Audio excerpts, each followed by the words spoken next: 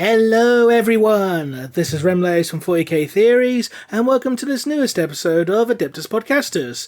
Joining me as always is Tactica Imperialis. Hello everyone. And our special guest this week is a fan favourite lore tuber. Ladies and gentlemen, please welcome Baldermort. Oh, good evening. Hello. Hello, so how was everyone doing today? Hopefully better than me and my spine. I mean, it's almost half term, so I've got that to look forward to. And I'm fairly certain that at least one student is watching this right now because I got called out in a corridor of when's the next upload coming on the corridor this week. So that was novel. But otherwise, I'm all right. Looking forward to a bit of a break. Yeah, I've had a strange week of trying to deal with spreadsheets and training an apprentice. It's been very challenging, I've got to admit. But apart from that, everything else is dandy. How's you, gents? How's you, Rem? More spinal issues, fun. So, ladies and gentlemen, please welcome to second episode of the Cripplecast. Hopefully it won't be that much of a regular thing because we all want to be spending about the next half an hour complaining about our spines. Yeah, I mean, to be fair, since the last episode, my spine has only acted up once, so I'm actually quite lucky since the last time Baldermort was on. So I know, I'm lucky. I'm going to pull the fifth on that one because it's been up and down, unfortunately. Not as bad as it was last time when we came on, but yeah, it's been a bit touch and go, but not like Remleiz. So I feel your pain, brother. Yes, who might have ruptured yet another disc in the spine. Oh, joys. Still waiting on the NHS to send me an MRI appointment letter, so... Indeed. But if we're going to be talking about smashing spines and raising apprentices, I think we've picked the perfect week for this Warhammer podcast, as we have plenty more Black Templars to discuss. We do! That was a good... I'm proud of that segue. That was good. I liked it. I'm thinking I like everything involving the boys in black and white. Love it. Anyway, kick on. You guys first. Well, I suppose, since you're such a big Black Templars enthusiast, we'll use the term, how have you been feeling about the model range up to this point? Helbrecht, the Emperor's Champion, the new Crusader squads, the Marshal. How have they been treating you? Well, I personally love most of them. Unfortunately, one of my best friends in the world, the Colonel as I call him, because he looks like Colonel Sanders, just younger, obviously. He is a Black Templars fanatic. I mean, so much so that I actually talked to him for about 3 hours before doing my first video, just to make sure I got the perspective right. And they are not happy with the Emperor's Champion. But the rest, I absolutely adore, especially Fatty, our very wide brother who has joined recently. It was only revealed this week, wasn't he? The one that if everyone was, won't he be Primaris? The Blanche. The Castellan. Yes, our chunky lad. And I think that is... he is sick, isn't he? Ooh. And it's just so awesome and such a throwback to the previous artwork there. I just adore all of it. And again, of course, I mean, I would prefer if they had tonsures at the top, the little bald patch for monks. But if they're going to give him a bowl cut, why not? I had one when I was a kid. Not that I hated my parents for it at all. But I think they're just wonderful. I got to admit, though, I know it's good value for money and all the rest of it. I just would have preferred just one or two more figures in the big box that's coming out. Yeah, I've been talking with a few people, and I noticed that compared to the Orcs box, compared to the Sisters box, which admittedly was lazy recycling, but moving past that, that the Black Templars box, obviously, it's on pre-order this weekend. We haven't got the price in front of us yet. But it looks like the value is a lot worse relative to the Orc box. Like, let's compare for a second. The Orc box, you got 20 brand new infantry, a brand new named character, and a secondary character and a heavy cavalry unit. Whereas in the Black Templars, you're getting one squad, albeit of about, I think it's still 10 infantry, one character, and a dreadnought. That's a combat patrol box in any other army. And I know this because the Orcs combat patrol box is 20 infantry, a big stompy character, and a dreadnought. And some death copters. quantity, not quality. But no, I do see what you mean. I mean, if you actually compare the big box releases, like the Sisters, as you said, obviously Indomitus is a completely separate event. That was a once in a lifetime deal. So obviously I got 2. But I've got to say, the box itself, I just would have preferred another 5-man squad in there, a minimum, maybe 2 5-man squads or some other things which were particularly Templary. And I see what they're doing. It's all very nice. I just hope it's not going to be the same price as, say, the Sisters box. Otherwise, that really is extracting the wee a bit. To be fair, knowing Games Workshop will probably cost more. No. No, it can't happen.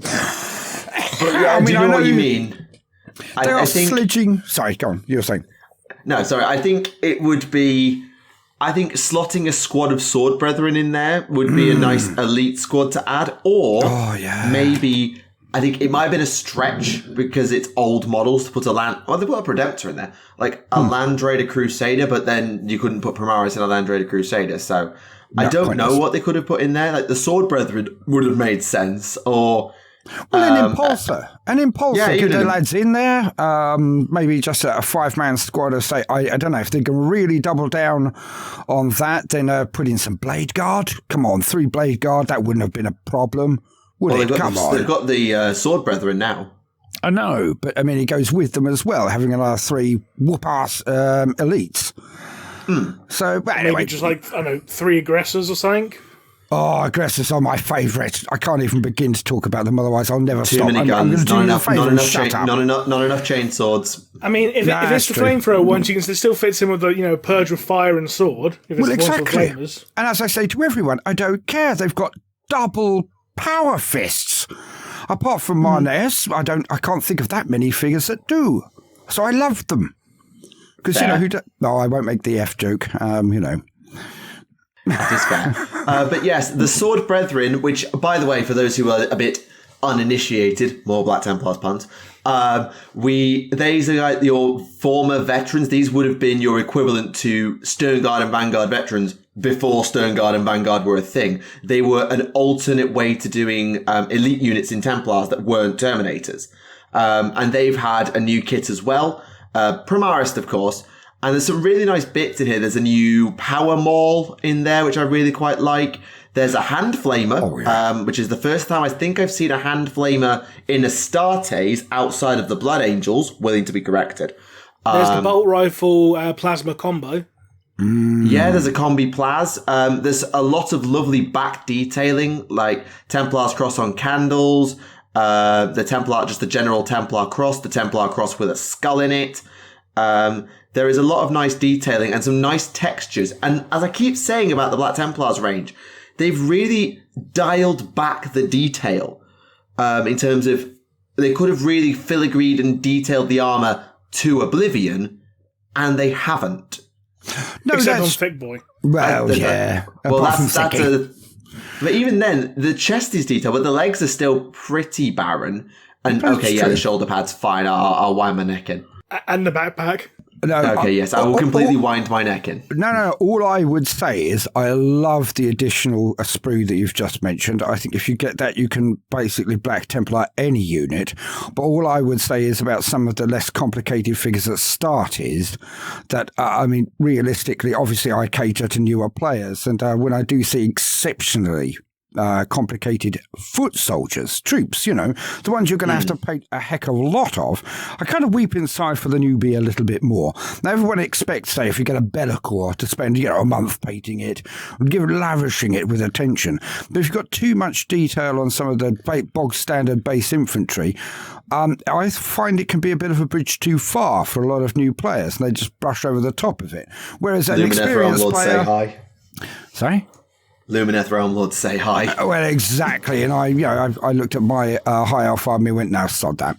But realistically, sometimes you want just a basic at start, because most of the experienced players will just get into their bits box and bling them to buggery. So, I think it's nice that there is some areas, with just basic foot, which aren't as complicated. But there you go. No, I quite agree. Can we take a moment to appreciate the fact that they have access to the Holy Hand Grenade of Antioch from Monty Python? No, I was going to mention that. Yes, they do indeed. Counting to 5. No, sorry, 3. Now, this actually... Now, you might be thinking, those who are slightly newer might be thinking, wait, Monty Python references? What? Hang on. Back in the 3rd edition Black Templars Codex, and yes, there was one, GW was feeling a lot more memey back in 1998, was quite more willing to make cultural references. Obi-Wan, Sherlock, Clouseau, say hi. So, there was a relic called the Holy Orb of Antioch, which was just the Holy Hand Grenade of Antioch, but a weapon. And they have now reintroduced the Holy Orb of Antioch, but it's just called the Holy Orb, which is a 6-inch range, do mortal wounds, and always fight last. It's actually pretty kind of rubbish. Do D3 mortal wounds and make a unit fight last once per game with a 6-inch range. It's not exactly spectacular. Yeah, but what's the points cost on it? I'm not taking that slander. 'Tis a very grenade, a hand grenade, sent by the Emperor himself, kind of. Again, yeah, of course, I mean, they used to make loads of, cultural references, but everyone's a bit more litigious these days. So I can see their very large and expanding legal department basically saying, no, a lot more these days. It's just the sign of the times. I wouldn't say it was any reticence on their part to put them in. It's just lots of lawyers say, no. So it's one of those things, isn't it, really? Yeah, however, that seems to be, judging by just how I read it, it appears that the Holy Orb is a Crusade-only relic. Or it may or may not be base game. It may be Crusade-only, because it's in the upgrade sprue. They do talk about this. This upgrade sprue that you mentioned, this upgrades and transfers box, actually contains special shotguns, all of the shoulder pads and swords and custom heads and all of that stuff. But it also contains all of the relics. So you have the Crusader's Helm, the Aurelian Shroud, the Skull of the Keiko Dominus, the Sword of Judgment, the Holy Orb, the Icon of Heinemann, a book, and an incense burner that I don't have a name for.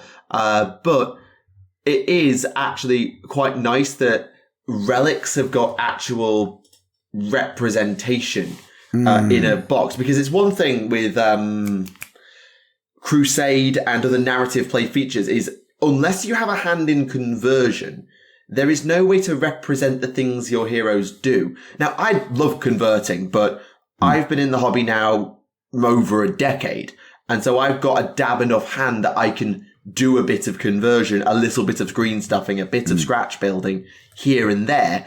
And if I wanted to create a relic sword, I could probably do it. I could dig some bits out of my bits box, chop it around and get it to work. But for, as you mentioned, newer players, they may not have that skill set in their locker yet. So having the relics be a physical component that you can give to your models, I think is a really nice touch from GW, and I'd like to see it continue. Oh, I agree. My only concern is that obviously I don't always play WYSIWYG because I'm an absolute heathen for casual these days. I mean, obviously I'm not bringing on figures which don't have storm shields and then I say that they do, but little things like that I don't generally worry about. My only concern is that they turn around and say about some of these objects you must go then and buy this expansion sprue to field them at all. And that's, come on, guys. You know, stop being so nickel and dime about it. I just hope that doesn't happen. The models are wonderful, but at the end of the day, for me, again, not being a tournament player, it's about the jollies, it's about having fun. And if someone said, well, you can't use the Holy Hand Grenade of, say, the Holy Orb, because you haven't got the little figure, I'd be, oh, you po-faced bastard. I think that will only be a case. That will probably only be the case in GW organised, Warhammer World hosted or equivalent, war organised play tournaments, any third party tournament, because people chop and change their army on the regular for these things. I reckon that they won't enforce that at any non-GW officially run event. And even at the GW run ones, they may understand, particularly for a non-Primaris character, it would look odd for them to be wielding a Primaris hat or a Primaris sword or a Primaris backpack. So we might just let it slide. But if you are feeling heathenistic, then mind you don't fall foul of the High Chaplain.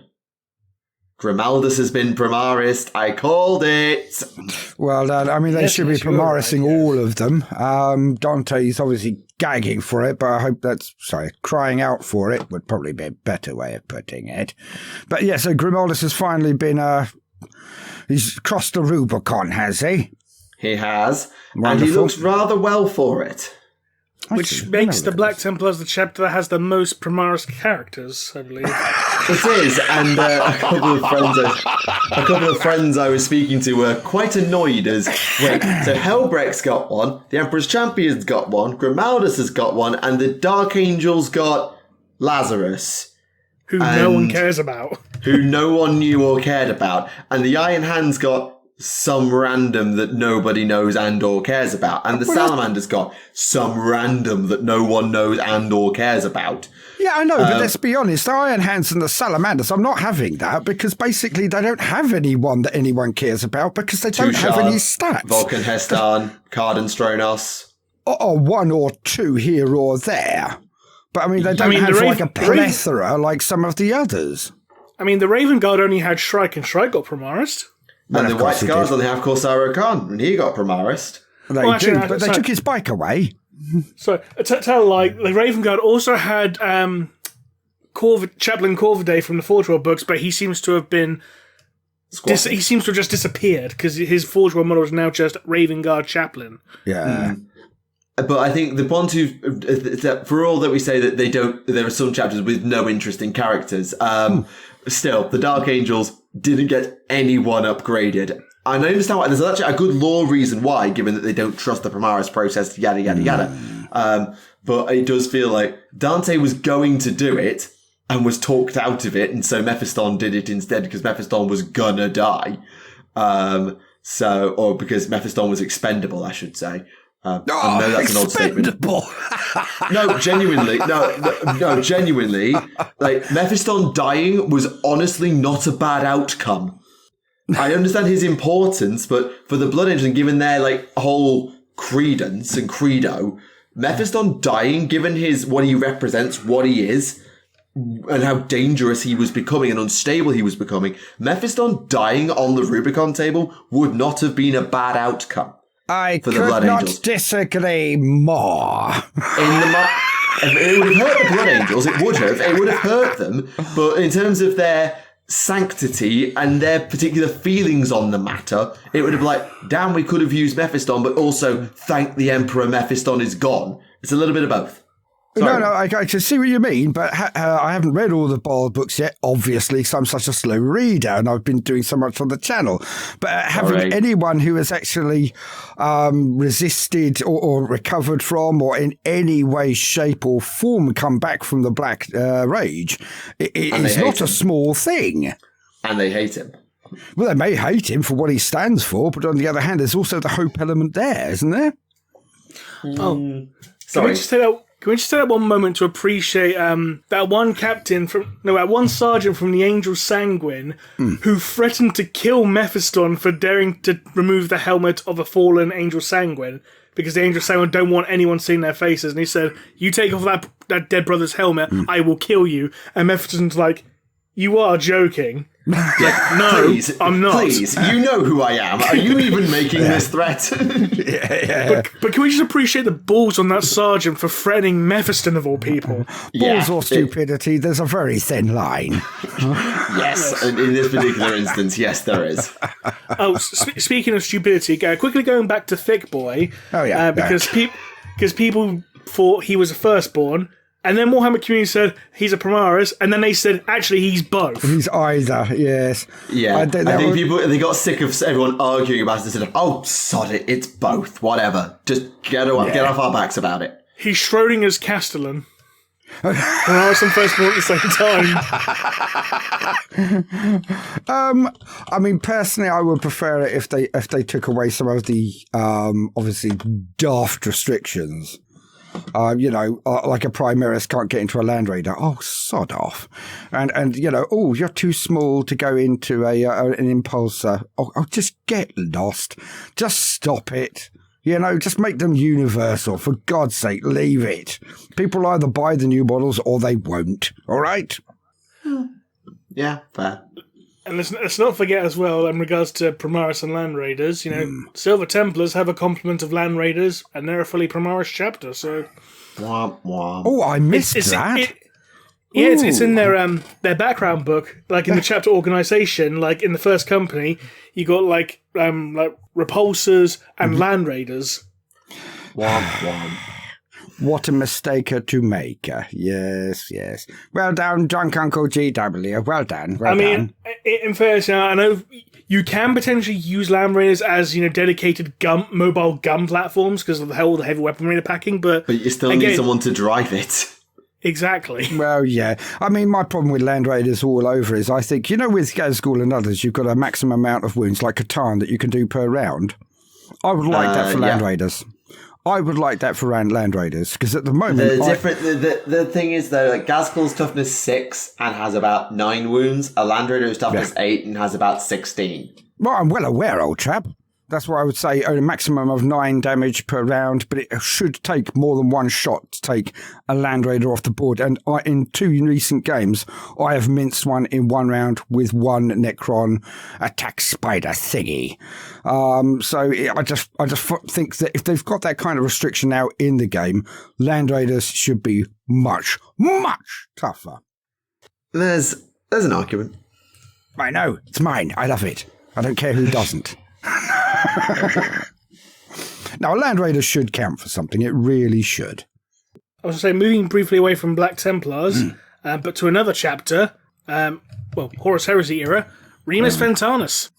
Yeah, I was just about to go and talk about this. For those who don't know, Remus Ventanus is an Ultramarine who was involved in the betrayal at Calth and was very, very, very important in many elements around Guilliman, and actually came back as a spirit to try and help kill Mkar, the Wordbearer's demon prince. He is very badass and actually one of the more respected Ultramarines outside of those who, dunk on the Ultramarines. Yeah, he technically came back as a member of the Legion of the Damned, considering that he was enveloped by fire when he was, appearing as a ghost, so...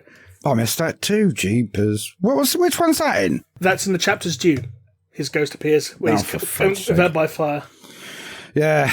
Every time I think I've read a load, I'm like, oh, no, you haven't. Oh, dear. Because there's a big fight scene, you got Cassicarius fighting off against some Iron Warriors in Remus Ventanus' tomb, and the ghost of Remus Ventanus turns up and goes, "Sup?" Dudes. Well, it is such a wonderful figure as well. And luckily enough, Remleiz has put the picture up for me. Thank you. But I just want to say that is awesome. Oh, that banner is just gorgeous. Gorgeous. It's a shame that his bare face looks like a character from Oblivion. I was thinking more Joe 90. Yeah. The helm is definitely the better option with the crest and everything else.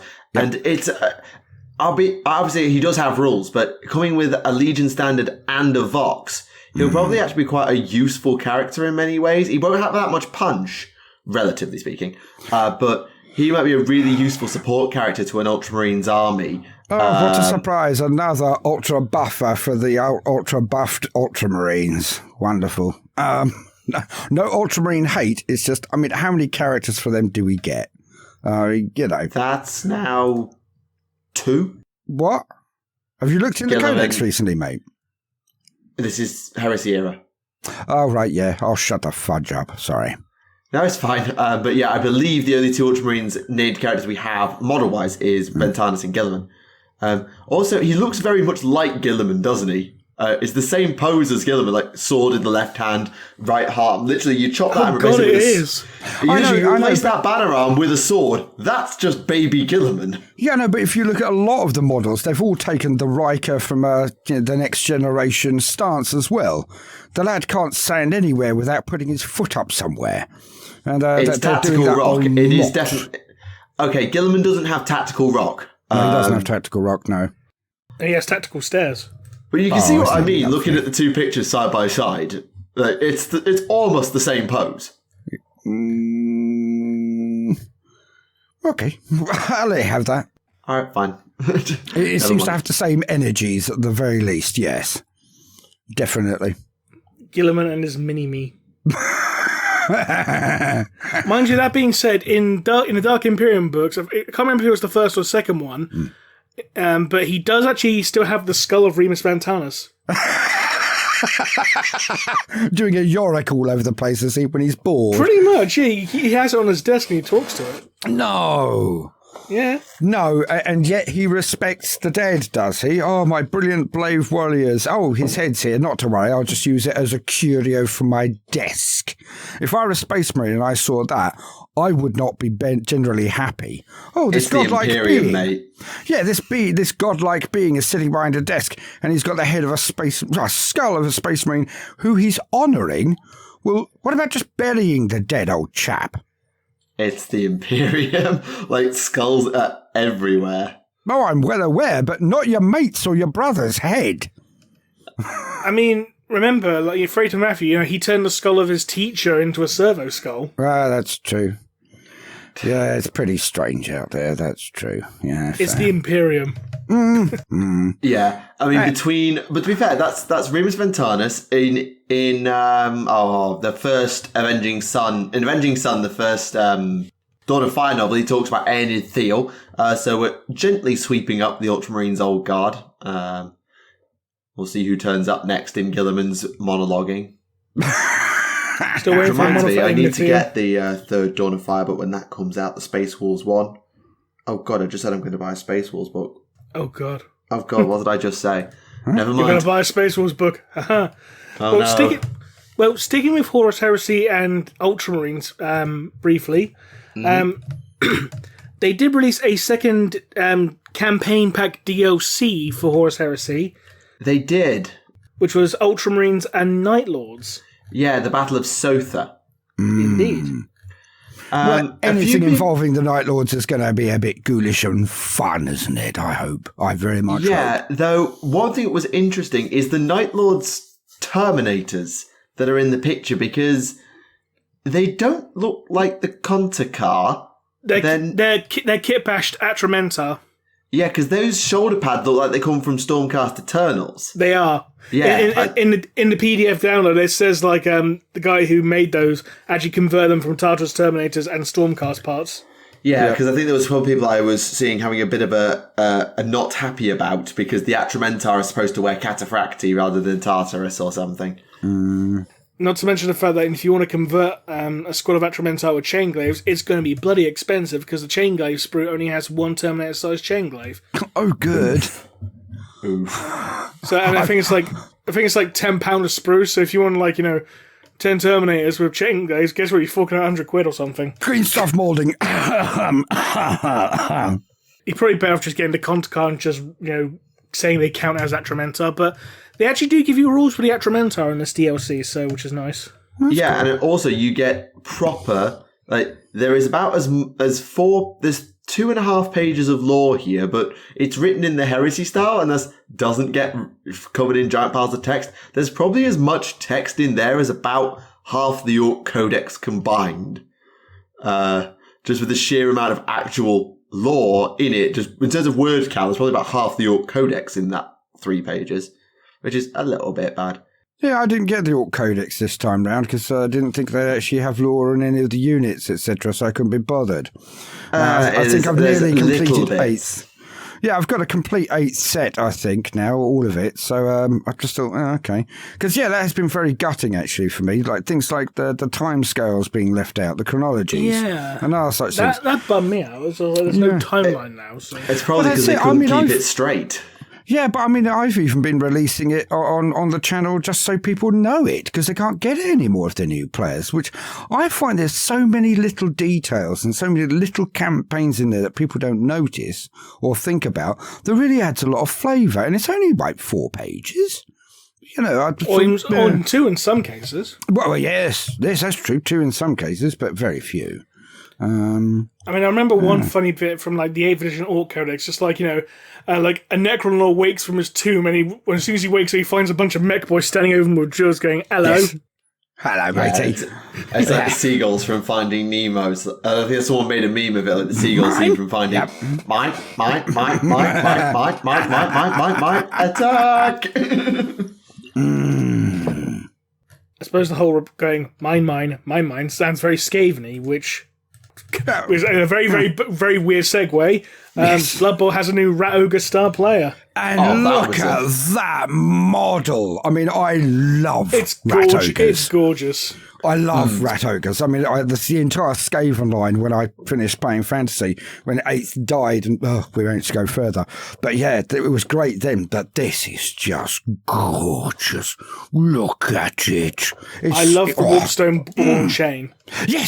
Yes, I mean, it's just got everything you need. It looks malicious, nasty, huge. It's got enough detail to keep you happy, not too much in some areas. And absolutely BS insane. Perfect. It's just a perfect model. I'll tell you what, as well, it could also make a very good base for a Demon Prince conversion as well. Oh, true.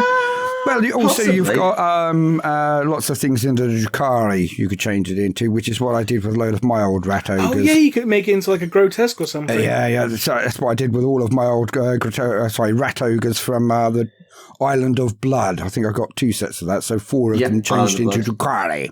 Yeah, because it's just steampunk enough that 40k could get away with it. Yeah. But yeah, it is impressive. I could see a lot of Chaos armies having a look at that as well, creating like an Ogroid Thaumaturge if you decided to sort of enter-sell it a little bit more, or using it as a Bonebreaker mount for a Clan Lord as well. Yeah. Because I don't actually know, the Bonebreaker mount went away. Never mind. But back in the day when you had the Bonebreaker mount, that would be a really good Bonebreaker because it's not as big as Thanquol and his Mega Rat Ogre phone. But it is a really nice model, and I think Blood Bowl has always been well served in that front. I mean, I was talking to Book of Grudges and Sotek the other day, and talking about Skaven, and I've got to admit, at the time I was like, they shouldn't bring Skaven in, don't be silly, not to Warhammer 40k. And then as soon as I got into Bath, I was like, well, I kind of want my rats with guns now. They should bring them back in. But Your rats have guns. No, I know, but you know what I mean. In 40k, it would be great. Yeah. Be wonderful. Yeah. Good fun. I can see they don't want everything transferable, but I mean, Skaven would be really fun, and you could get away with anything now that Cicatrix Maledictum's open. But I'll tell you what you could do. Just get a bunch of the VMM models from like Dead Zone and Warpath, run them as an Imperial Guard, and use their giant Rat Ogre type models to count as Ogrins. Yeah, that's not a bad idea, actually. Yeah. Good point. Big challenge with putting Skaven, even a gunned up Skaven into 40k, is that their playstyle is basically, we are Tyranids. Yeah, that's true. It's a swarm army with medium inaccurate range shooting and recyclability, and then big smashy stuff. But the big smashy stuff is artillery rather than big smashy monsters. But also we have big smashy monsters and magic. So I don't think they really have a USP. I do see what you mean, as in they don't have a USP. But on the other hand, how many identical armies do we have? Half of the actual armies are Space Marines. So I don't really, I respect your opinion. I just don't hold it because I think, at the end of the day, it's just a game. You can have exactly the same rules and different figures if you want. Yeah, it would be great if they had a completely unique style, but you could get those things in. I mean, look what they did with, say, Sisters of Battle and the Faith system. You could make things seem different. And, Remleiz has just sent up a picture of the Vermin from, is that, what are they called? Oh, come on, help me out here. Warpath. Thank you very much, Warpath. Yeah, good. That's a good point. Oh. Sorry, carry on. On an unrelated note, I still want to get a copy of the 3rd edition of Dead Zone that they've just released as well, but that's another topic for another day. What's the lore there? Pardon, sorry? What's the lore for Dead Zone? Because I've never gotten into it. I've never looked at it. Dead Zone and Warpath, it's, well, obviously sci-fi, but it's more, I suppose, more pulpy in a way. Like more classic pulp sci-fi stuff. And more classic pulp sci-fi, yeah. In a way. Well, I mean, I have had suggestions of like, oh, hey, cover BattleTech have a look at this. And I get it, I do. And honestly, if I had the time, never mind the money. Money's one thing. But if I had the time, I would genuinely look to explore Dead Zone because it looks kind of cool. And I genuinely did consider getting into Dreadball a little bit in the time when Blood Bowl wasn't really doing anything. And Battletech and War Machine and things like that, I have considered looking at them. It's just a case of time. Like, I have 1, 2, 3, 4, 5, 6, 7 hobby projects for Warhammer on the go right now. Yeah. I don't get time to do the reading for that, so I haven't got a chance to look into it. I would, but it is one of those, just it's always time. It's always time. Oh, preaching to the converted, know exactly what you feel. But I did actually last month get in a game of Battletech. That was quite enjoyable because down the club a load of lads were playing and I walked in and my dance partner hadn't turned up because of illness. So I just walked in and played a game of Battletech and I haven't played it in 25 years. It was really enjoyable.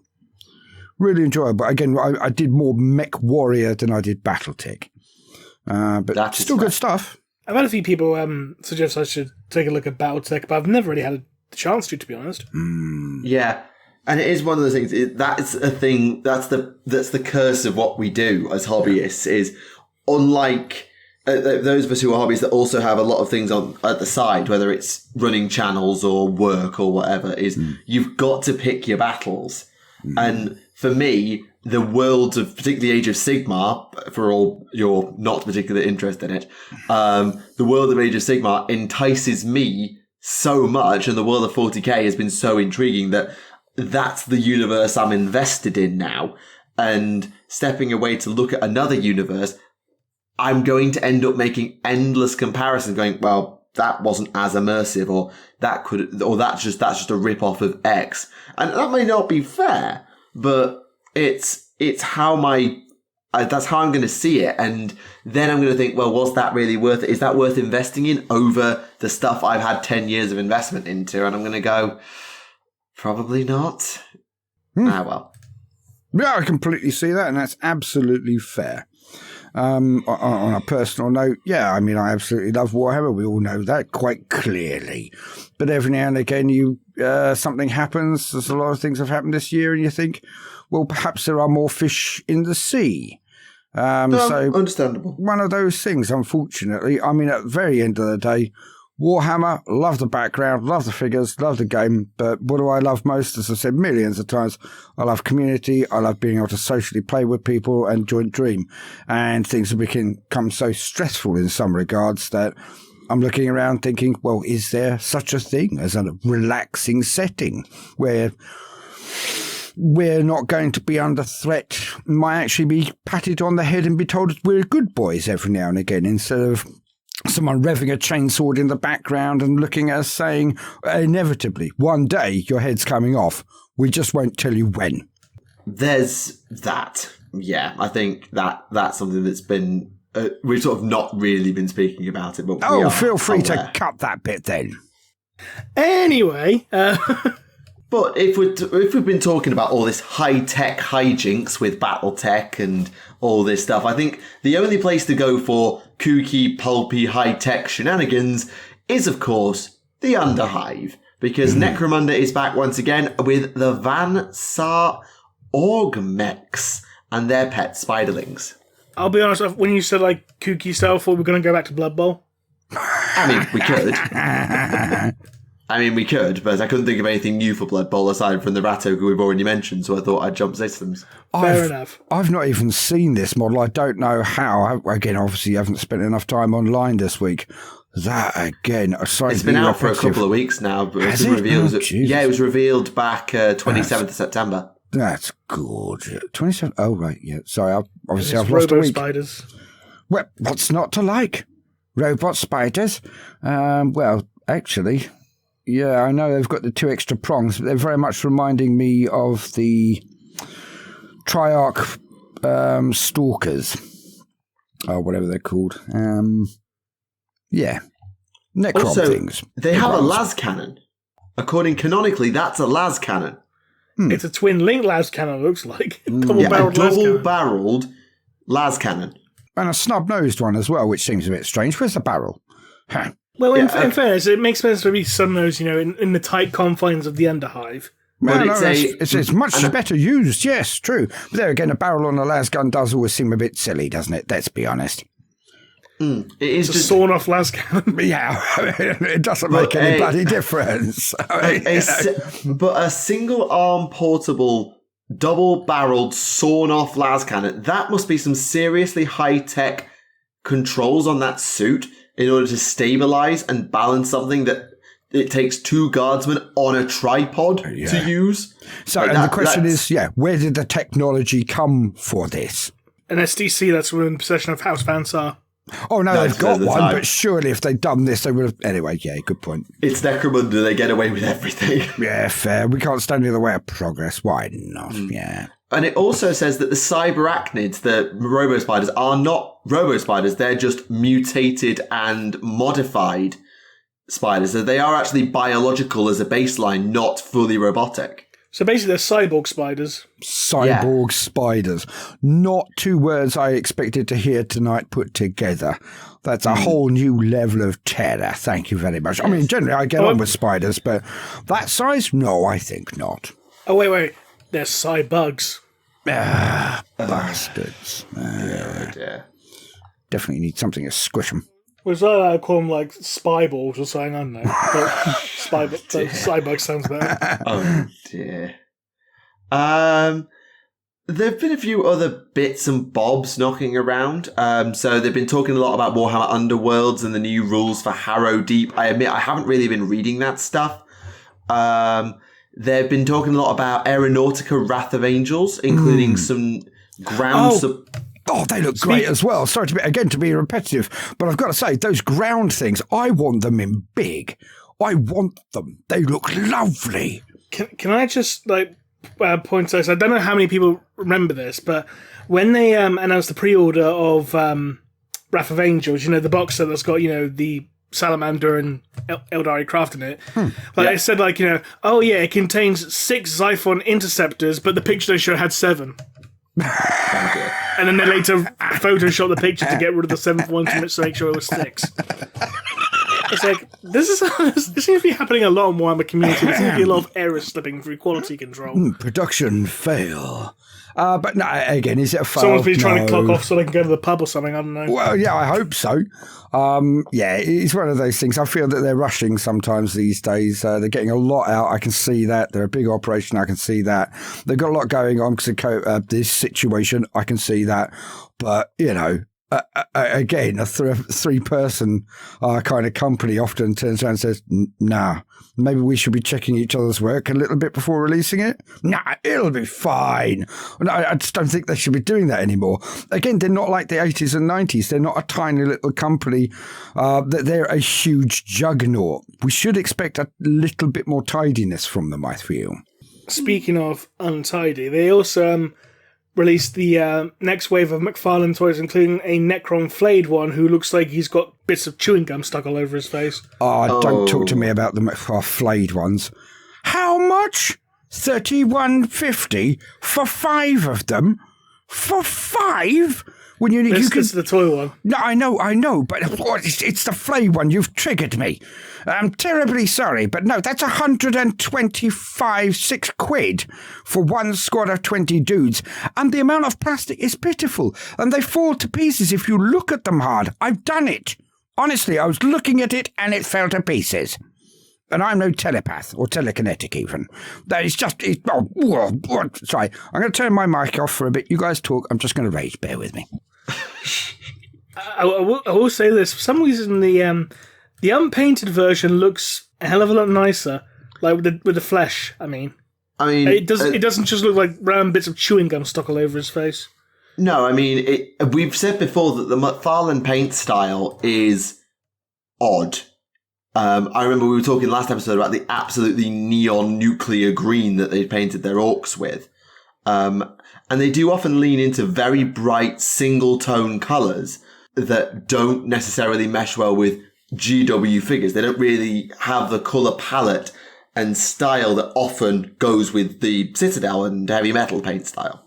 Yeah, because with the Sister of the Bloody Rose figure, it seems like it just whacked a shit ton of paint on it, but didn't bother painting any of the details. Yeah, it literally, the gun looks, and the chainsaw look awful. It's like, spray it silver, call it a day. The entire figure looks awful. No, at least the red, you could get away with it a touch, but the silver looks lazy. It looks like you just sprayed messy. it silver and called it a day. No, it looks lollipop-y to me, and anything that looks like a lollipop is a child's toy instead of an adult's toy. They're all just bloody toys. But yeah, I'm not keen on it. I'll tell you what it looks like. It looks like one of those knockoff figures you find sitting in B&M. Yeah. Ouch. I was thinking more an 80s toy in a discount basket. You know, not quite a Transformer, but the thing that the guys in the country just won over did to replace it. I'm sorry, I'm not going to hear you talk crap about Transformers G1. I'm sorry, but...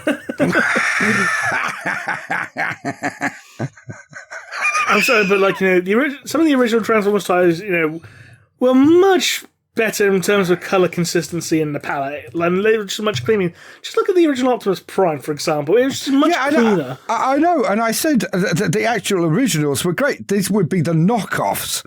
Right, sorry. Oh, have you seen the new Rangers of... anyway, no, sorry, that's a bit off subject. Sorry about that. I was going to go into the wonders of the new Starscream that came out about 12 years ago. Absolutely wonderful. Anyway, carry on. New. It's 12 years old. Is it new for 12 years? Are we calling that new? Time is a subjective thing, really. I'm a physicist. I know. Well, I mean, there we go. Huh? I think we're all confusing each other now. Exactly. Anyway, Warhammer the Old World had a bit of an article as well. Yeah, all it was, here's a map of the Border Princes. It will change next year because we constantly have the Border Princes in flux. So, you know, here's a snapshot of the Border Princes map. Bye. That's all it is. Oh, no, but realistically, it was a huge klaxon going off saying, we are actually working on this, guys. It is coming. So for me and a load of other people, it was really exciting. I know you may not like it, but or think much of it. I'm looking forward to us, we're thinking that looks great. They're actually doing something. And that was a wonderful sign to us, allegedly. No, they're working their butts off. They are. No, absolutely. And I'm not trying to diss Old World. I'm going to play Old World when it comes out. But we're still working on it, guys. Article is, here's a tiny bit of map. Like the last model we saw, I know they're not, like, in terms of, like, not even like 3D render, nothing. The only models we've seen are the Kislev renders that they've done. And that was a long time ago. Now, I'm not saying that they have to do new models every time, but if I'm just now at the point of, there's an Old World article. Okay. It used to be, they were one of the articles I really, really looked forward to, and now it's like, oh, here's a bit of map. Okay. Bye. In fairness, when they revealed Cathay for Total Warhammer 3, some of the artwork in that article did have Warhammer the Old World watermarks on it, so it could be getting Cathay in Old World as well, potentially. True. I missed that, actually. I did miss that. Fair enough. And also... sorry, carry on. No, it's fine. It did just strike me as like the last time. I understand it's a long, slow burn project, but it does feel like we haven't seen anything particularly exciting for a bit. And he's like, here's what the Empire used to look like. Here's what Britannia used to look like. Here's what the Border Princes looked like for about 5 minutes. Okay, bye. Fair enough. That's all. Oh, that's fair enough. Come on. Speaking of things that we hadn't heard of in a while, do you remember about 6 months ago where they mentioned about the Warhammer-themed escape room? Yes, I didn't, yes, they were and then I saw the article about it. What's going on with that now, then? Well, I think it's now it's open now, I believe, is there? Yes, so it is an escape room called Immaterium. Made by Escaper Logic, and I believe it is in Nottingham. It is, yes. Yeah, so it's not at Warhammer World itself. It says it's a short drive from Warhammer World, but it does have an online puzzles variant if you are unable, of course, to get there. Though I did learn, according to this article, that Games Workshop was involved in the creation of the Crystal Maze in the 90s, which is news to me. Wouldn't surprise me at all.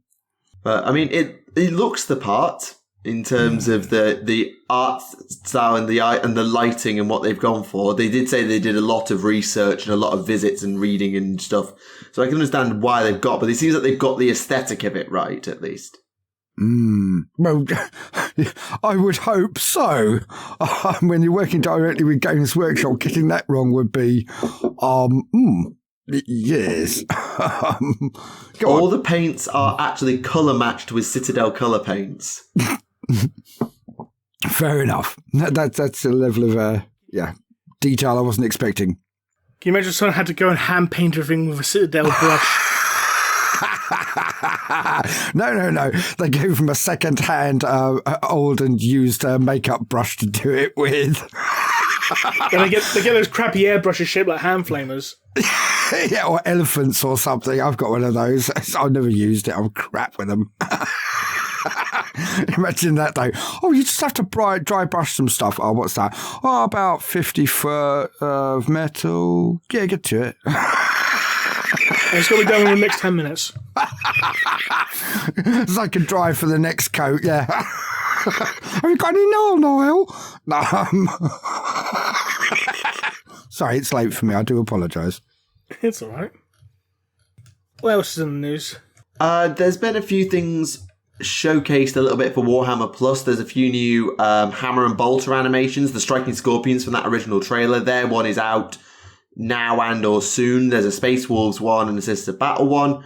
And they've also shown that Neve Black Talon, they've shown the first screenshots from her series next year that's going to be on the platform as well. Next year? I was hoping, again, no bashing, no negativity in any regard whatsoever. I was just hoping that Age of Sigmar and other things, despite not playing them, would get as much hype as, say, 40k. Or at least, some, because they want to try and build up, these things do take time. I'll give them something. They do take time to make. Yes, that's very true, but I don't declare a video 3 months before I'm going to release it and then not release it. Again, we're back to it takes time, but but they're a major company. If they're going to advertise this kind of stuff, that's fine, but they could have got this out of anyway, not to worry. It's a difference in perspective. It doesn't matter. Yeah, it's proof. All it is it's proof of concept, pre-production stuff. So everything subject to change. I guess they're just sort of reminding us that, hey, this is a thing. You should remember that this is a thing. But the one thing there is here in the proof of concept sketch is there's a very lovely piece of Idoneth artwork, which I really quite like. I think it's an Idoneth Soul Scryer, judging by the staff that they're wielding, because it's got the same sort of wind chime effect as the Soul Scryer model. And I really like that art sketch of the Idoneth, just in general, with the veil and the fish schooling around, the water flowing around them like the Ether Sea. I don't know, I just really like that artwork of the Soul Scryer that they've done. Oh, it's a very clean and crisp style. I like the style. I don't like the Idoneth, but I do like the style of what they're doing there. It's very, very nice. So yeah, we'll see what happens with that. They say that'll be next year at some point, if you're looking forward to it and you are subscribed. Other than that, there's been a couple of Black Library articles just talking about the Iron Snake, Sabbat Worlds, and the Twice Dead King, which I believe is out. Yes, it's out, yeah. I haven't got it yet, but it is out because I saw a picture with some lovely young chap going, look, I got one at the store. And I was like, oh, cobblers, I didn't even know it was out. So, yeah. At the very least, it'll be out by the time this goes live. Certainly it will. It is one that I'm looking to pick up at some point. It's just, there's only so much time in my life to do everything. Of course. But yeah, I think that covers it for news. Black Library are doing open submissions. That's something that I should probably mention. So if you are wanting to get involved with open submissions for Black Library, that is open from the 27th of October to the 9th of November. So if you are looking to get involved in working or writing for Black Library, this may be something that interests you. Again, 27th of October to the 9th of November. I'll tell you what was funny is that Josh Reynolds actually put on Twitter saying like he was thinking about entering it just as a joke, but under a very obvious pen name. So I suggested wanted to submit him under Joshua Ray Knowles. Why not? Yeah. Oh, I considered joining it, and then after that I thought, no, I can't write, fuck it. Also, he really shouldn't have been given that Lucas the Trickster novel, because it's clearly rubbed off on him. Yeah, I think Gav Thorpe actually replied to him saying, no, you should enter as J.R. Knowles. Fair. Yeah, I'd do it. I like that. You know, just very obvious pen names or very fake pseudonyms, just like to see if it get picked up. Yes. Ivor Biggin, that kind of thing, yeah. Yeah. Glutamus Maximus, sank. Biggest? No, anyway. One sec. Let me come with you, Pontius. I might be some assistance in the rise of Sun Crisis. All he needs to do is write like that too, and then watch the face of the voice actor he parts it to. Yeah, I want you to read this in the style of Fulgrim. Oh, God, there's not enough money in the world. Sod off, mate. You can just imagine the actual voice actor going, no, just no. Poor Toby. By the way, if people still want Zoran the Bear to read a full chapter of the Fulgrim novel in full Uwu speak, we need to donate him $1,000. Oh, how close is he? Please do not put him through that. Oh, please do not put him through that. Ah, well, fair enough. That's why he said $1,000, because he doesn't want to do it, because it'll be an entire chapter of him just screaming, this is just W's. Oh, I'd just do it for a tenner, but, you know, I don't have the time at the moment. Maybe at Christmas. Fulgrim is wonderful, though. That's really funny. Sorry. For Uwu-Gwim. Fulgrim. Oh, yeah, I'm on Uwu as well. I find them hilarious.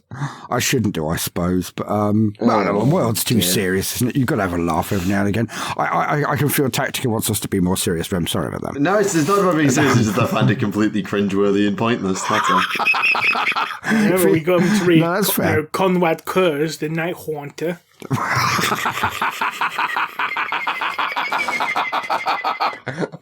Instantly bursting the bubble of mystique, yeah. Yeah, I think I actually need to put a link to the whole Conrad Kurz Uwu thing. I think that would be great if you put that in the video description, because that's got to be done. Yes. Yeah. We'll see if we can't get this done somehow for Christmas.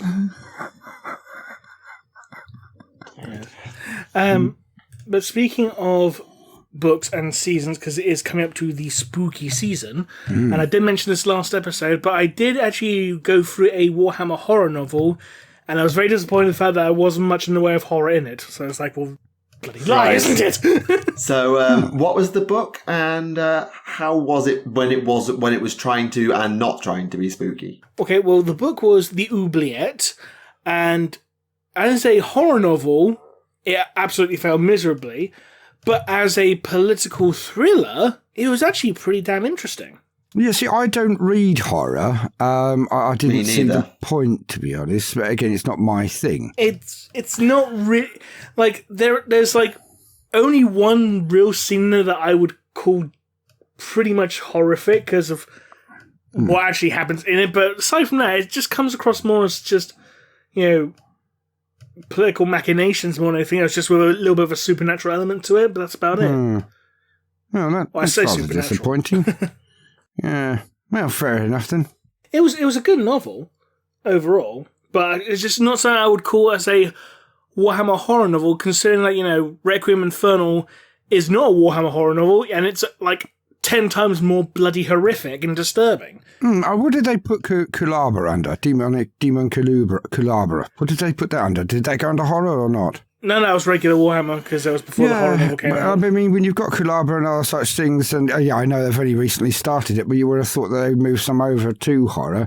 But again, I don't find that particularly horrific compared to some of the stuff even I've written. I mean, it's not that bad. Okay, someone gets fat, and anyway, sorry, that's a minutiae we don't need to go into. I do apologise. No one gets fat in this book. Yeah, so you thought it was a fantastic book. It was just possibly under the wrong category. Under the wrong under the wrong subcategory, yeah, but a good book overall. So maybe put it in Warhammer Crime then. Yeah, it probably would be better than Warhammer Crime, yeah, to be honest. So yeah, I'll go into like, the basic plots on this, but one thing I do want to point out, like literally, like before the first chapter, there's like a little transmission from like a from like the planet or whatever, or from like someone's report, and it goes into detail because the main planet of this book is an agri world, like a feudal agri world, because it always is in horror novels. It bloody well. I don't know why. Yeah, when I say feudal, it's like level of tech comparable to today, basically, but there are some more advanced bits here and there. That's not feudal! Bloody... No, it's not. I mean, there's a fair few Warhammer worlds that do operate on a straight-up feudal system, so it wouldn't surprise me. Well, yeah, it's good because that's what a feudal system is. It's feudal. I mean, if people don't understand the term, they shouldn't use it. If it's a post-industrial stage, it's not feudal. It's mainly because, like, I suppose that, like, the society is very, very much modelled on, at least Elizabethan style society, but there is some big advanced piece of technology here and there. In a sense. But anyway. Yes. So we start with a transmission. It's an agri world, and it goes into detail how, they harvest, all this, really rich grain, fruit, vegetables, top quality meat and fish and all that to be exported. And it gets collected by the Adeptus Mechanicus who just chuck it all into a blender and turn it into a dull nutrient paste. Oh. It's like, yeah, that sounds like Mechanicus. Yeah, welcome to Grimdark. You bastards, that's my dinner. It's like nutrient blocks for the Skitari. Nice. Oh, Skitari, the first thing they remove is their taste buds, isn't it? I mean, yeah. All they you don't need is nutrient. real food. No. They've got no personality anyway, bastards. Well, some Skitari do have personality, in fairness, but not many. But some do. Yeah, very much the exception, not the rule. Yeah. Yeah, exactly. The exceptions that prove the rule, though, are what we live by, isn't it? So the statement still stands. Generally, without the exceptions, the bastards have no taste buds and no personality. But again, I'm a broad stroke kind of idiot. We know this. Right. So basically, the story opens up, at a funeral because the planetary governor had died, and the heir to the planetary governor's position was originally supposed to go to the eldest son, but he died a few weeks prior in a quote-unquote accident. It was not an accident. Of course not. This is a horror novel. Everyone gets murdered. Yeah. So it ends up being the oldest daughter who ends up inheriting the position of planetary governor. And at the funeral, got all these nobles, here to, offer their condolences, and they're being very insincere, just trying to, they're doing, the very minimum platitudes just to try and get in their good graces, even though it's a bloody funeral. Yeah. And the youngest brother of the family returns for the funeral because he had been sent away to join the Adeptus Arbites. So he's come back, he's a full-blown arbitrator at this point, but he's also still technically a lord, even though he technically did renounce his position. But he's come back for the funeral in a few days, blah, blah, blah, and wants to do an investigation because they believe there is some, suspicious matters concerning the death of the father and the oldest brother. And they're right. Even though the local arbitrator judge, arbitrator precinct general, whatever you want to call him, says, you really shouldn't be doing this because, you kind of have a personal stake in it, so it's not really in your best interest to get involved in this case. Anyway, so the new planetary governor, and her name is Ashiel. I think I pronounced that right. It's like a really weird name. It's like Ashielle. So Ashiel, yeah. Or I just call it Ash for short, might be easier. Yeah. So Ash meets with the matriarch of a very powerful noble family who's trying to manipulate her because she's still quite young. And it's Right, yeah. And, but, as new planetary governor, you need to have, you need to get married and have a kid so you can have an heir. Might I suggest you get married to my eldest son because, he'd be good, I think. And new planetary governor's no, because I know your family's involved in some sordid activities. No, thank you. Bye-bye. Dear. To which the noble matriarch is, quite frankly, offended by. Don't blame her. But anyway, later on, it's like a few days later, an assassin tries to kill her, as an assassin wants to do, and ends up killing one of her servants by disguising himself as a slave, and then tries to kill her. She tries to escape. Turns out there's a second assassin in the house as well. So she ends up trying to find a way, a place to hide, and one of the servants leads her to a secret vault. Basically, well, it's not so much a secret, but it's a place that her father said, you're not allowed to go in there ever. Because, Right. So she goes in there, and the door gets locked behind her by the servant. And what this vault is, it's a quote-unquote heresy vault. It's basically full of like heretical artifacts, artifacts, and that kind of thing. Yeah. All the things we don't have. We don't have them. Go on. Yeah. But the thing is, they also do point out, it's like, all the artifacts in here, it's actually not enough to get a planetary government in trouble. It's basically all the stuff that, they would effectively have confiscated from other people and would have kept as evidence should the Inquisition term say, yes, here's the evidence, take it, please. Yeah, So, that's a fair get out of jail free-ish card. Right. Depends on the Inquisitor. Go on. True. Said it ends ish. Yeah.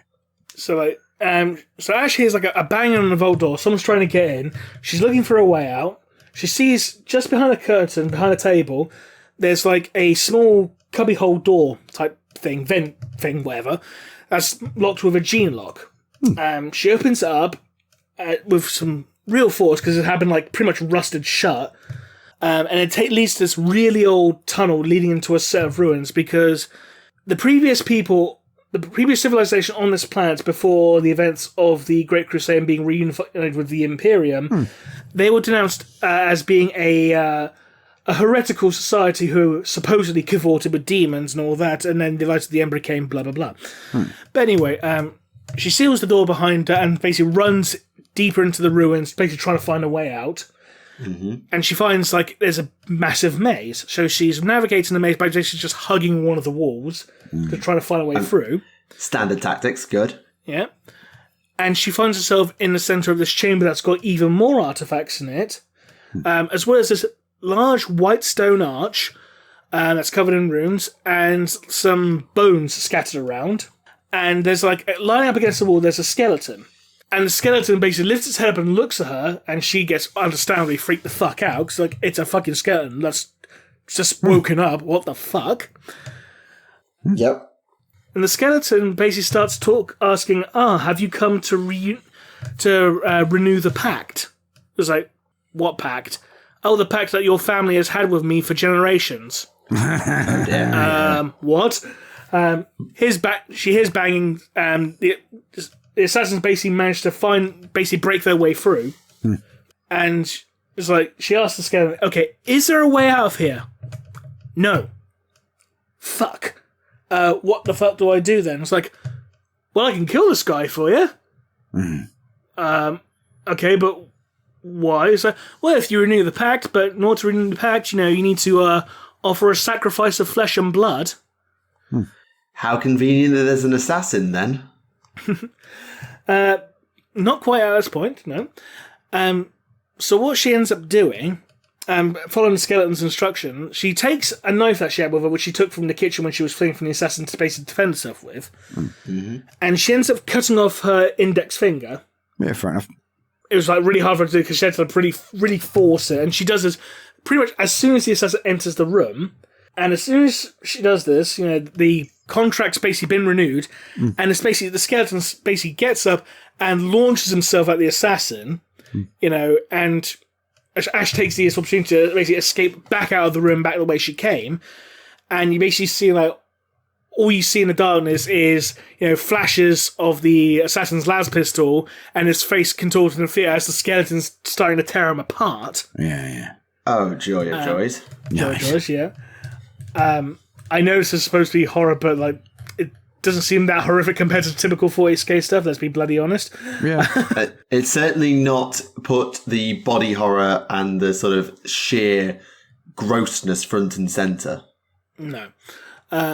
So she escapes, she gets discovered by, more of the house servants, she's bleeding, and she says that, oh, an assassin's come, I don't know where they're going, It's like, okay, we'll take you away, we'll get you cleaned up, and it'll be a huge thing politically, is that, hey, you survived an assassination attempt, that means people get behind you now, because, you're weird enough to survive an assassination attempt.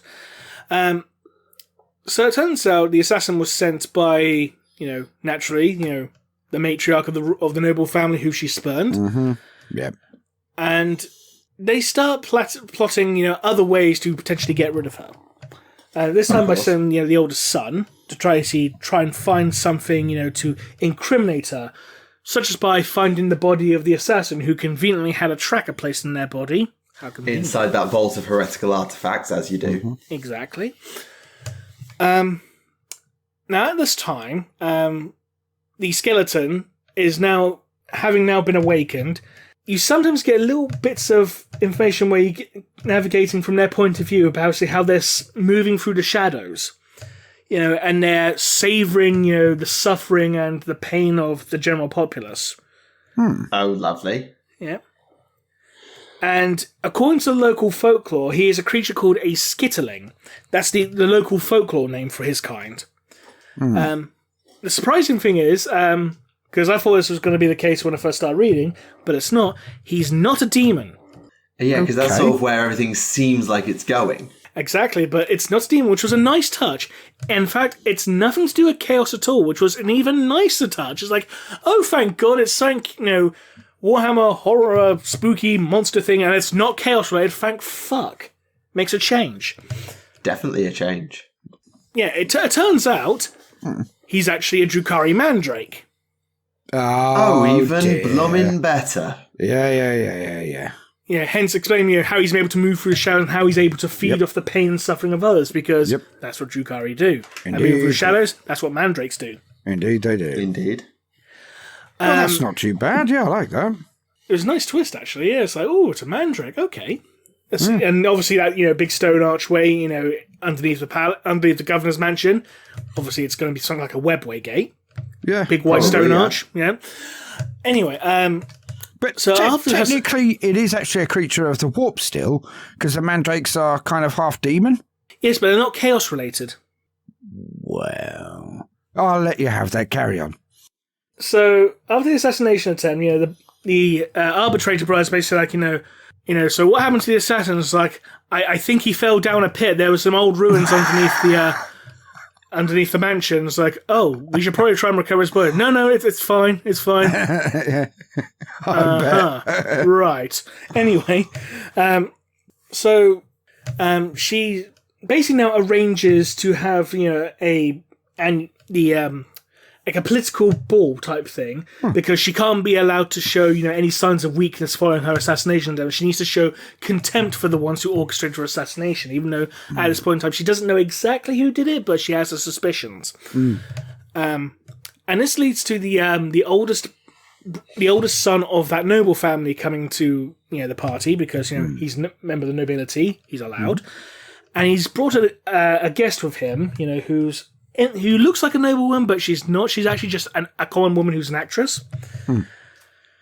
And they slip away, under the impression of, trying to get... But that's actually him going on the tracker, looking for his assassin's body, which they find the entrance to the vault, and they find the entrance to the ruins, well, he does anyway, and ends up stepping in some of the... viscera that was left behind of the assassin. Oh, lovely. Wipes it off on a napkin and gives it to Ash, when Ash and a couple of her mansion guards are like, what are you doing down here? So, sorry, I got lost. Would you be so kind to dispose of this napkin for me? Thank you. And it's like, oh, it's covered in blood. Oh shit, he probably knows. Fuck. Political facepalm. Yep. And she's basically pondering what the hell she's going to do about this. And the Mandrake basically, like, speaks to her from the shadows, like, hello, do you want me to get rid of him? It's like, do I need to cut off another finger? It's like, oh, no, you've already given me your flesh and blood. It needs to be someone else's now. Ah, the stakes going up. I like it. Gone. Yep. Yep. And she realized, because she can't risk, the idea of, say, the Inquisition coming to investigate her for this. Because, no. As far as she's aware, she's converting with a demon, and the Inquisition will not tolerate that under any circumstances. Well, no. And she's like, oh shit. All right, I know who I can sacrifice to you. And she basically goes to that old servant who basically rescued her and led her into the vault to begin with, because she got badly wounded in the ensuing scuffle with the assassin, and was basically left on life support. And she ends up killing her by basically suffocating her with a pillow to make it look like she didn't die of any pain. There was no bruises, nothing like that. Just she just died in her sleep. Blah blah. Yep. And the Mandrake's like, okay, I can sense her agony. I can sense her suffering. Oh, this is delicious. Yes. Right, okay, you want me to kill her guy? Okay, I'll go and do that right now, Chief. Thank you. Poof. So in the middle of the street, because the nobleman and his guest left, to go back to, his family's manor. Yeah. But they're navigating through the streets as opposed to going through horse-drawn carriage because, oh no, they'll be looking for a carriage. This will be easier to stay hidden. And basically, the Mandrake, comes out of the shadows like, hi there, I'm here to kill you. So they have a little bit of a duel, and the Mandrake's like, wow, you're kind of shit in a fight, mate. And ends up, doing his thing. The girl runs off screaming, blah, blah, blah. And the next day, the arbitrator's basically got all these pictograph photos from the crime scene, blah, blah, blah. And Ash sees them, and the guy's literally he's had all the ligaments and stuff pulled out of his arms, and he's pulled back in a crucifix pose. Yeah.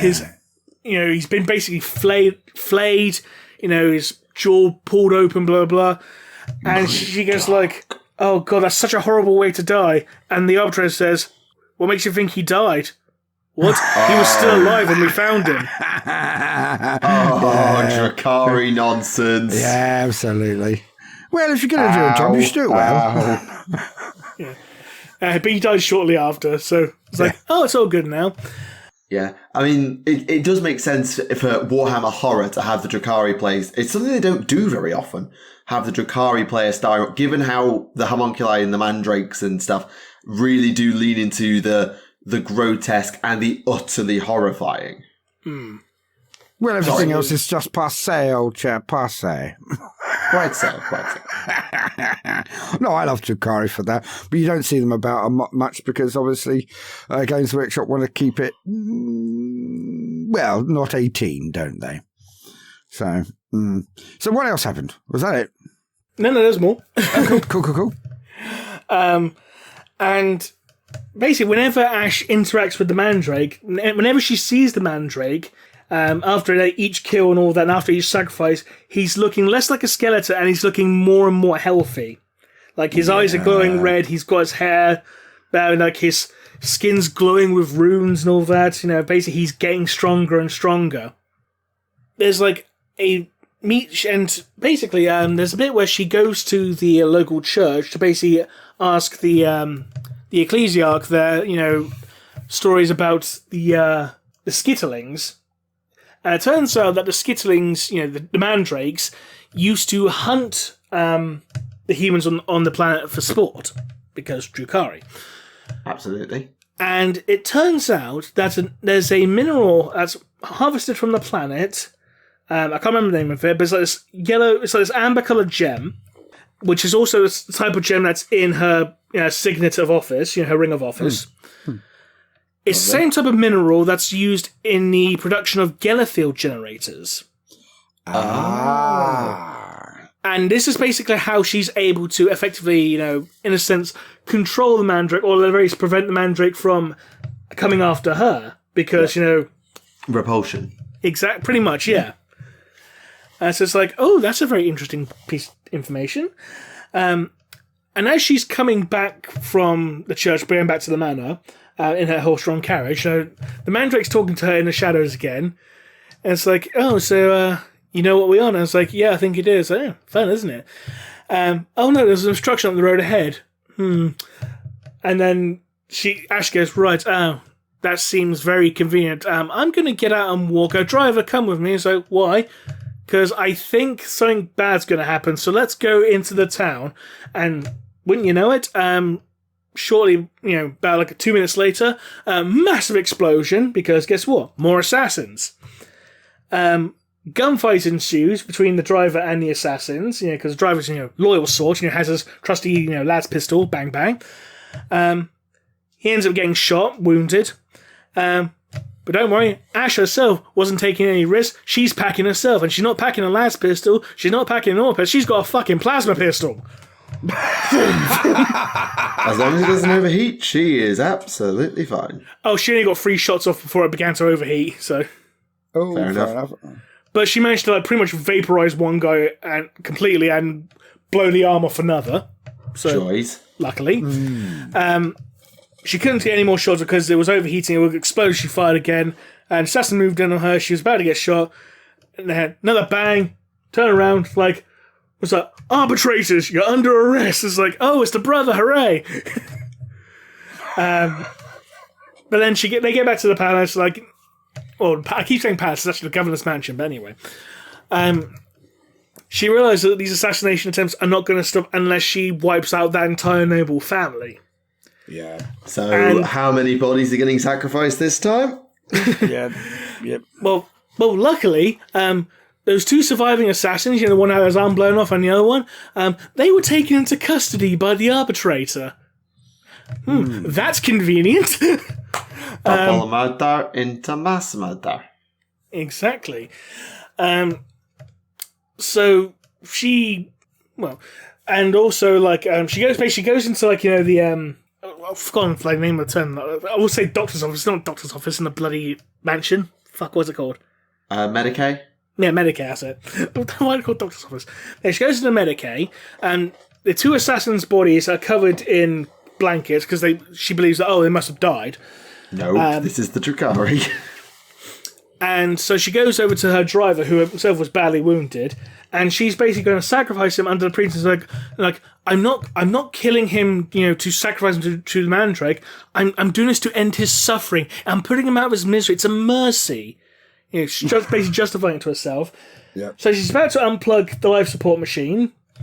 Blankets pull off, it's the brother and another arbitrator.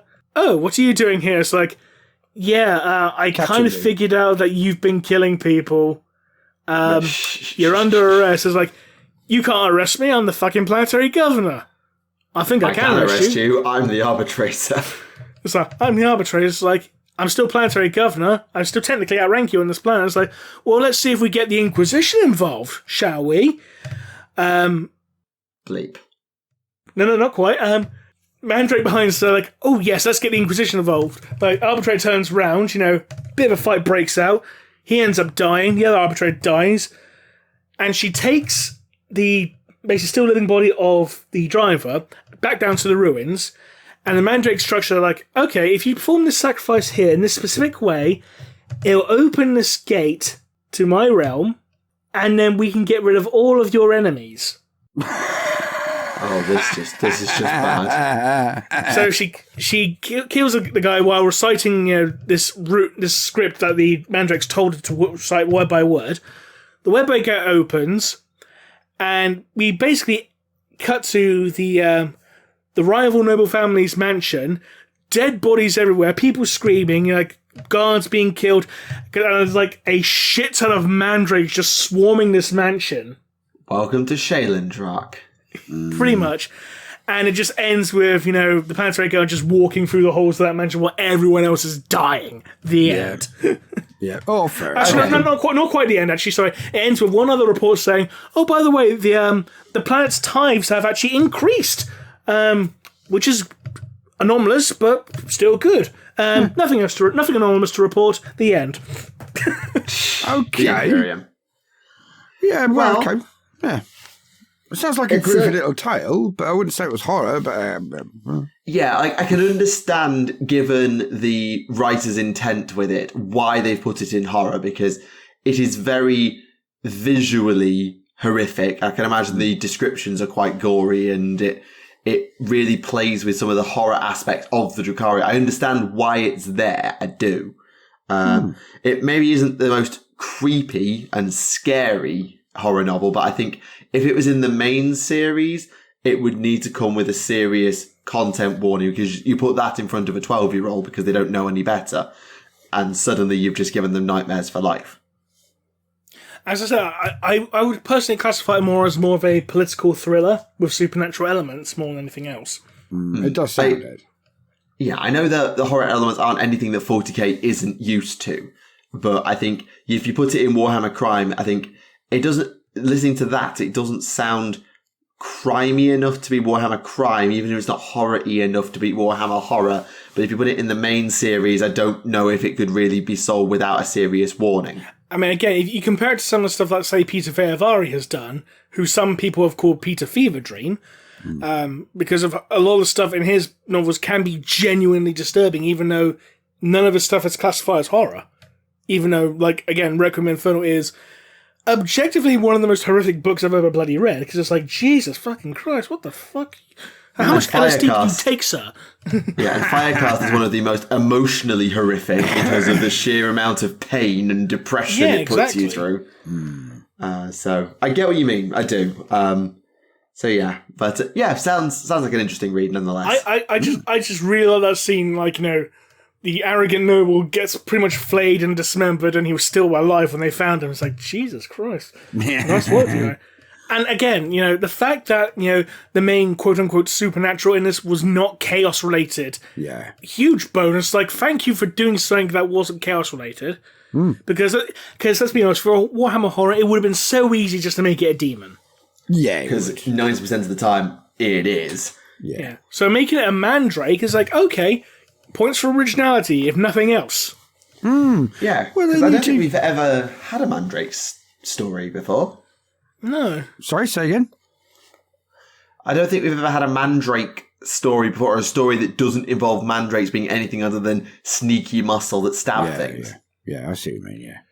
Yeah, because I think the closest we've ever had, aside from that in that regard, was probably that one bit in Old Earth, you know, where we have the cameo of, you know, Decapitator, and when he has a fight with Vulcan, but that's basically it.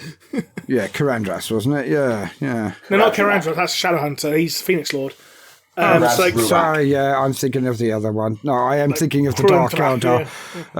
Yeah, I can't pronounce his name now, sorry about that. It is a very unpronounceable name. That's why I call him the Decapitator, because that's his nickname. Oh, let's have a look at it. Decapitator, yeah, go for it. Yeah, Decapitator. No, I should know this, but I mean, they took him out after the 5th, which was bloody annoying. They took all the characters out after 5th. Parasathenix, Duke Sliskus, Lady Malice. Keradrak, yeah. Keradrak. The forearm decapitator. Yeah, Keradrak. Isn't that what I said? Keradrak. Yeah, Keradrak. Yeah. Keradrak. Yeah. Just call him Decapitator, it's easier. yeah, pretty much, yeah. No, that was gutting when they took out all of the characters. Sliskus, Malus, everyone. It was... Oh. Anyway, at least they managed to get a cameo in Old Earth and a fight scene with Vulcan. But again, you know, why not just bring out a little model? Can't leave I money on the shelf. I wouldn't say no to a Lady Malice model, that's for sure. Exactly. All these little things. Anyway, I'm being very moany today, and I shouldn't do that. My apologies. That's quite all right. Yeah. So overall, I'd say in regards to the Oubliette, I do actually highly recommend it. It's not actually that long a book, so it'd be a nice short read if you're interested in something, you know, relatively quick. That's fair enough, isn't it? Yeah. Is there anything coming up on the reading station? I'm going to look to get The Twice Dead King and try and read it over half term. I'm not looking forward to that. I've got to admit. See, I love Necrons and all the rest of it. I haven't read all of the books yet, blah, blah, blah. But I'm deeply worried about anyone writing actual lore in that period. In fairness, the author was Nate Crowley, who wrote that novella Severed, which actually got a lot of positive reception. So, but some things should be left alone. As in, you know, obviously when I was playing first, the Horus Heresy didn't exist. And then it did exist, and it was steeped in history and mythology. And now we know who farted for how long because of what they ate Where? Who was watching? Who was recording it? Who was talking about it? And who reported it? So now, but we still don't know who came to the Emperor's aid on the Vengeful Spirit, though. But we're because going there's 3 contradicting sources. But we're going to, aren't we? We're going to, but at the moment we're going to. And I again, I'm not bashing anyone in any way, shape or form. I'm just saying some things you should leave alone because people's imagination is always going to be better than one book. And the fact is that they're robbing us of the ability to talk about these things, hypothesize about them. And then when they've got it all from year dot of the War in Heaven all of the way through, they've written absolutely everything up, will be the day it dies. If it doesn't have any mystique, if there are no rocks to look under anymore, that is when all mystique has gone and Warhammer, in my opinion, will be dead. I mean, in fairness, it's not like we're getting, a full, 50 novel series about the Terran Unification Wars. Yet. Or the Cybernetic Revolt. Yet. Hopefully.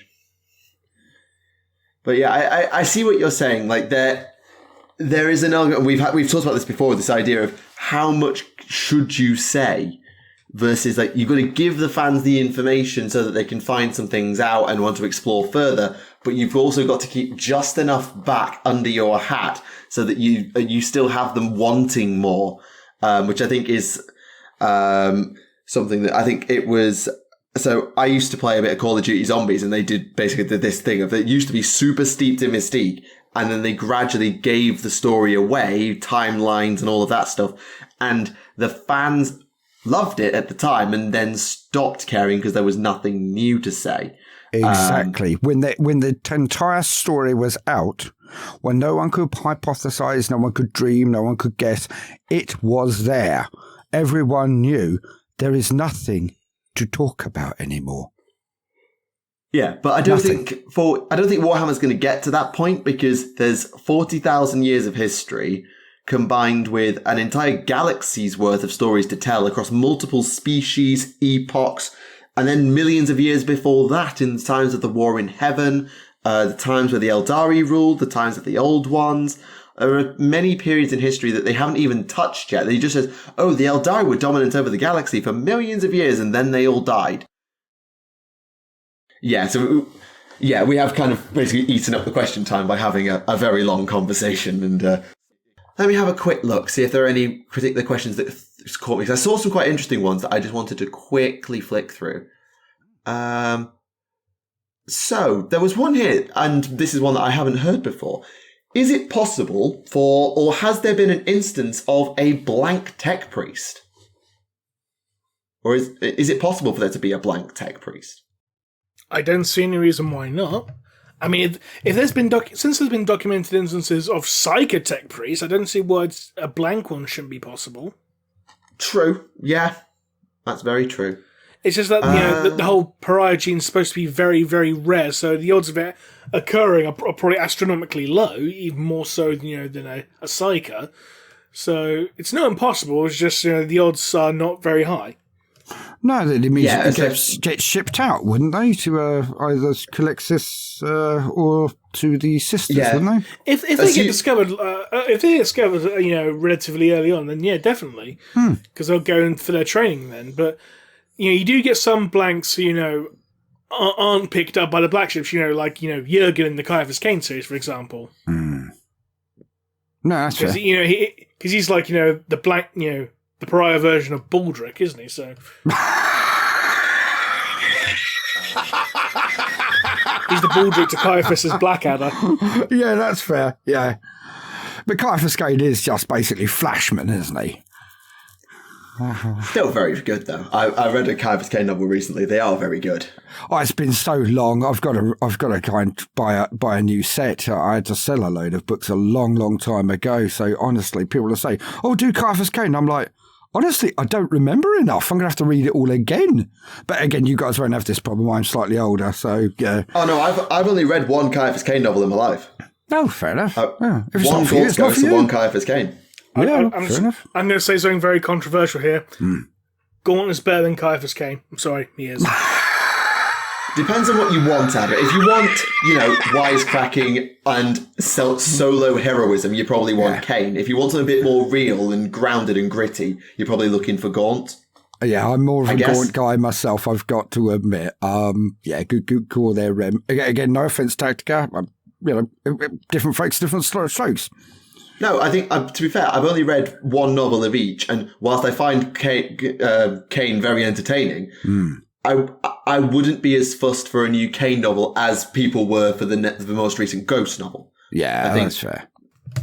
Look, can we take a moment to appreciate the forgotten Commissar, the meme Commissar, Commissar Holt from the Final Liberation game? Yes, the live-action guy, yes. Yeah, the one who slaps the planetary governor.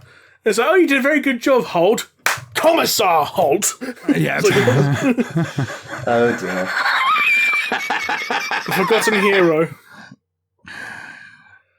God. No, they need to remaster Final Liberation because that was such a good game. Yeah, you're not wrong, actually. That's true. They'd have to get someone... they'd have to very much up-spec the cutscenes, and they'd have to get someone new to act it all out, though, wouldn't they? I mean, it's not like they still have remasters. If they have the master footage still and it's in good quality, they could probably just upscale it. That's true. Possibly. But I mean, all of this is going to be old hat soon. We're going to have, what's it called? Oh, a live-action TV show, aren't we? So I'm sure I believe that's still in production, isn't it? That's the Eisenhorn, wasn't it? Yeah, exactly, Eisenhorn. Yeah. They're still making that, as far as I know. As far as I know, yeah. Yeah. So, very, very soon it's going to be absolutely wonderful to be in game. Agreed. One that I feel like I know the answer to, but I always forget. The Death Watch. How large is the Death Watch? As large as the plot demands. True. I mean, you're kind of right. The Death. It's very true. I always because with all the watch stations spread around, you'd think the Death Watch would be quite a large chapter, but also they're super elite operatives where people come and go all the time, so they're probably slightly under chapter strength if they fully assemble. Well, I mean, they are supposed to be basically one or two people maximum from each chapter at any time. There's supposed to be 1,000 chapters, so it shouldn't be more than 2,000, probably only 1,000. Yeah, I mean, considering, people are constantly coming and going within the Death Watch, their numbers are probably fluctuating constantly, so you wouldn't be able to get a definitive number regardless, to be honest. Very true. Agreed. Very true. It's kind of like the Black Templars. They're never all together at once, so how do you even count? No, this is true. How are we? Okay, I think I can just sneak one more through.